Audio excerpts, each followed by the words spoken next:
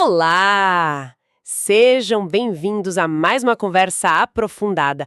Hoje a gente vai mergulhar numa história que muita gente conhece, ou pelo menos acha que conhece. Gênesis capítulo 18. Isso mesmo. É aquela cena clássica, né? Abraão recebendo 3 visitantes misteriosos na tenda dele. Exato. Mas a nossa proposta aqui é ir um pouco além. Para isso, a gente juntou um material bem diverso. O texto bíblico, claro, com uma olhada no hebraico original, comentários teológicos, dicionários e também uma análise em vídeo bem interessante e, de um jeito especial, a gente vai trazer a perspectiva da doutrina espírita, que tem muito a dizer sobre justiça e fé, que são os temas centrais aqui. A missão é essa, né? Não é só descobrir quem eram os visitantes.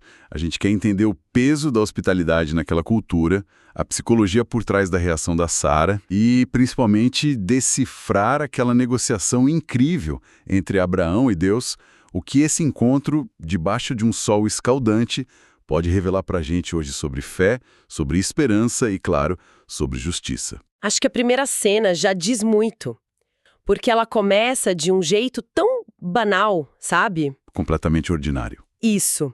A fonte em vídeo do Felipe Seabra descreve isso muito bem. Abraão tá ali num dia comum, sentado na porta da tenda, no calor mais forte do dia. Não tem nada planejado, ele não tá esperando ninguém. É a vida acontecendo e é nesse momento de total normalidade que o extraordinário aparece. Ele levanta os olhos e vê 3 homens parados ali. E a reação dele é o que me pega. O texto diz que ele corre e se prostra. Pensa, um homem já idoso correndo no calor. Esse ato de correr e o gesto de se prostrar, isso não é um simples "oi, tudo bem?" É uma demonstração de reverência, de urgência. Naquela cultura, a hospitalidade era um pilar de sobrevivência e honra. E ele não faz o mínimo, né? Isso que é impressionante. Ele não dá só um copo d'água. Ele corre para Sara e pede 3 medidas da melhor farinha. Que era muita coisa, né? O suficiente para um banquete. Exato. E depois ele mesmo corre para o rebanho, escolhe o melhor e mais tenro novilho. Ele está em movimento o tempo todo, oferecendo a excelência do que ele tem, não o que sobra. E a análise do vídeo levanta uma questão ótima com isso. Como é que a gente recebe o divino no nosso dia a dia? É com a conveniência, com o que está sobrando, ou a gente para tudo e oferece o nosso melhor? É uma pergunta que fica ecoando. E tudo isso se aprofunda quando a gente pensa na identidade desses visitantes, que o texto deixa meio no ar, né? O texto é magistral nisso. No começo são 3 homens, mas de repente, sem nenhuma transição, é o Senhor, Yahvé, falando diretamente com Abraão. Não tem um aviso, né? Tipo, agora Deus está falando. Nada. Comentaristas como Russell Shedd chamam isso de teofania. É uma manifestação de Deus em forma humana. Essa ambiguidade é proposital.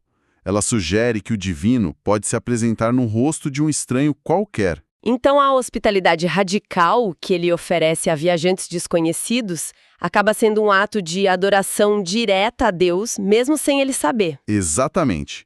E é nesse clima de acolhimento total que a verdadeira razão da visita aparece. Ali, durante a refeição. No meio do banquete, um deles solta a frase que vira o mundo deles de cabeça para baixo. Daqui a 1 ano, eu voltarei e Sara, tua mulher, terá um filho. A gente precisa entender o impacto disso. O texto faz questão de dizer que eles eram velhos e que a Sara já lhe havia cessado o costume das mulheres. Ou seja, biologicamente falando era impossível, a porta estava fechada. Trancada. E é por isso que a reação da Sara é tão compreensível. Ela está ali na tenda, só ouvindo, e o texto diz que ela riu-se no seu íntimo. Um riso silencioso. A primeira leitura é que ela duvidou, né? Zombou da ideia. Sim, essa é a leitura mais óbvia. Mas a análise do vídeo do Seabra que a gente usou traz uma camada a mais. Ele não vê como zombaria, mas como reflexo de uma fé pequena. Fé pequena? Como assim? Não no sentido de ser fraca, mas de ser uma fé do tamanho da realidade que ela conhecia. A fé dela era limitada pela experiência, pelo corpo, pelo tempo que já tinha passado. O riso era a resposta honesta de alguém que ouve algo que simplesmente não cabe no seu mundo. Mas peraí, Chamar de fé pequena não é um pouco injusto com ela? Quer dizer, ela está sendo racional. Tudo que ela viveu, tudo que ela sabia sobre biologia, gritava que era impossível. É natural que a nossa fé, às vezes, seja do tamanho da nossa realidade. Não é. Não, você tem um ponto excelente. Talvez a questão não seja julgar a Sara, mas entender a resposta divina ao riso dela. A pergunta que o visitante faz não é por que você duvidou de mim. Verdade. A pergunta muda o foco completamente. Haveria coisa alguma difícil ao Senhor? A questão não é o tamanho da fé da Sara, mas o tamanho do poder de Deus. Ah, entendi. Então a visita tinha um propósito de ensinar, de expandir a visão dela. Exatamente. Como diz o comentarista no vídeo, e a frase é perfeita, quanto mais conhecimento de Deus você tiver, tanto mais a sua fé será mais robusta, mais resiliente. Então a promessa não era só uma notícia. Era o começo de um processo para fortalecer a esperança dela durante aquele ano de espera. Faz todo sentido. Isso. Deus não estava só anunciando o milagre, estava preparando o coração dela para recebê-lo. Renovando a esperança. É uma mensagem para qualquer um que sente que seu tempo já passou, né? É.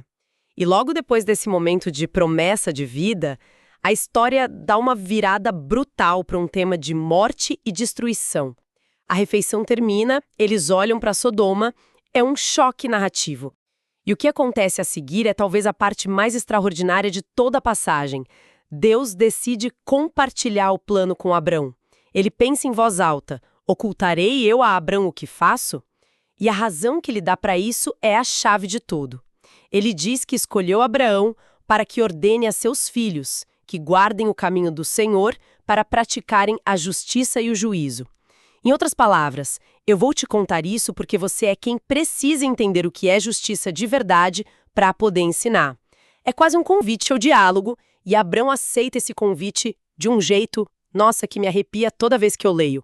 Ele não fica com medo, não aceita passivamente. De forma alguma, ele se aproxima e começa uma das conversas mais audaciosas da Bíblia. Ele não apela para a piedade, ele apela para o próprio caráter de Deus. Destruirás o justo com o ímpio, longe de ti. Não fará justiça o juiz de toda a terra. É como se ele dissesse: isso que o Senhor está planejando não combina com quem o Senhor é. É onde uma coragem teológica impressionante. Ele usa a retidão de Deus contra a própria ação de Deus. E ali começa aquela negociação. 50 justos, Deus concorda.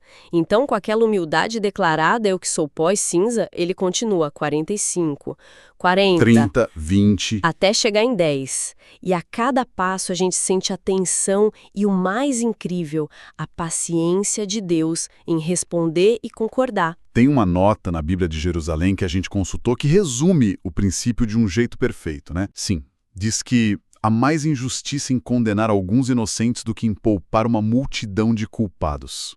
É a base de muito do nosso direito hoje. Sabe o que eu tô pensando agora, conectando as coisas? A atitude dele aqui, defendendo uma cidade de estranhos, parece uma continuação da hospitalidade do começo. Como assim? No início, ele dá o seu melhor para 3 estranhos, sem saber quem são. Agora ele está dando o seu melhor, sua coragem, sua lógica, para defender milhares de estranhos, diante de Deus. Não são 2 atos separados, é a mesma bússola moral. Nossa, que conexão brilhante! É exatamente isso. A ética pessoal dele se torna a teologia pública dele. E é aqui que a perspectiva espírita das nossas fontes entra com uma lente muito interessante. Pois não. Allan Kardec define justiça de um jeito muito direto: respeitar cada um os direitos dos demais. E Divaldo Franco, pelo espírito Manuel de Miranda, complementa, dizendo que a justiça é, acima de tudo, amor que corrige e sabedoria que educa. Amor que corrige, sabedoria que educa. Gostei disso. Não é só a punição, é uma justiça que busca preservar. Exatamente. Então o que Abraão está fazendo é evocar essa justiça mais elevada. Ele está pedindo a Deus que haja com base nesse amor que busca a correção e não só a aniquilação. Ele está intercedendo. Tá, mas deixa eu fazer o advogado do diabo aqui um pouco. A história não termina bem para Sodoma, né? A cidade é destruída. Como essa ideia de uma justiça educadora se sustenta se no fim não havia nem 10 justos e tudo foi destruído? Essa é a questão crucial e não tem resposta fácil. Uma leitura possível é que a lição não estava no resultado para Sodoma, mas no próprio diálogo. O ato de Abraão interceder já é a lição. A lição era para Abraão, então. Para ele e para a gente, que lê a história. Deus o convida a participar do processo, a lutar pela cidade. A justiça educadora ali era sobre o nosso papel de interceder. A destruição, por sua vez, pode ser vista como a consequência inevitável de um estado moral que já tinha passado do ponto. A lição permanece. A intercessão é sempre válida, mesmo quando o resultado não é o que a gente espera. Uau! Olhando por esse ângulo, a história fica ainda mais rica. Então, recapitulando, a gente começou com um dia comum que virou palco para uma revelação profunda. Vimos como a esperança pode ser reconstruída contra todas as probabilidades. E como a intimidade com o divino permite um diálogo honesto e corajoso sobre o que é ser justo. E isso nos leva de volta àquele versículo-chave, Gênesis 18, 19. Deus confia em Abraão para que ele ensine seus descendentes a agir com justiça e juízo. A história não é só sobre a fé dele, é sobre um legado. E acho que essa é a provocação final para quem nos ouve, né? Se o ponto central é essa responsabilidade de praticar e ensinar uma justiça que é generosa, que intercede, que é temperada pelo amor, como isso se aplica a nós hoje? Qual é o nosso papel em negociar com as injustiças do nosso tempo? Em nos colocarmos no meio para garantir que o justo não pereça com o culpado? A história de Abraão sugere que ser pó e cinza não nos impede de dialogar com o poder e de lutar por um mundo mais justo. Talvez esse seja o legado que a gente é chamado a continuar. Uma questão poderosa para a gente pensar. Agradecemos muito a companhia de vocês nesta análise. Até a próxima! E se você gostou, não esqueça de se inscrever no canal NEP Apóstolo João, acione as notificações para não perder nenhum vídeo e não deixe de curtir este vídeo. Episódios novos todas segundas, quartas e sextas-feiras, sempre às 8 horas da manhã. É isso, bem simples. Hum.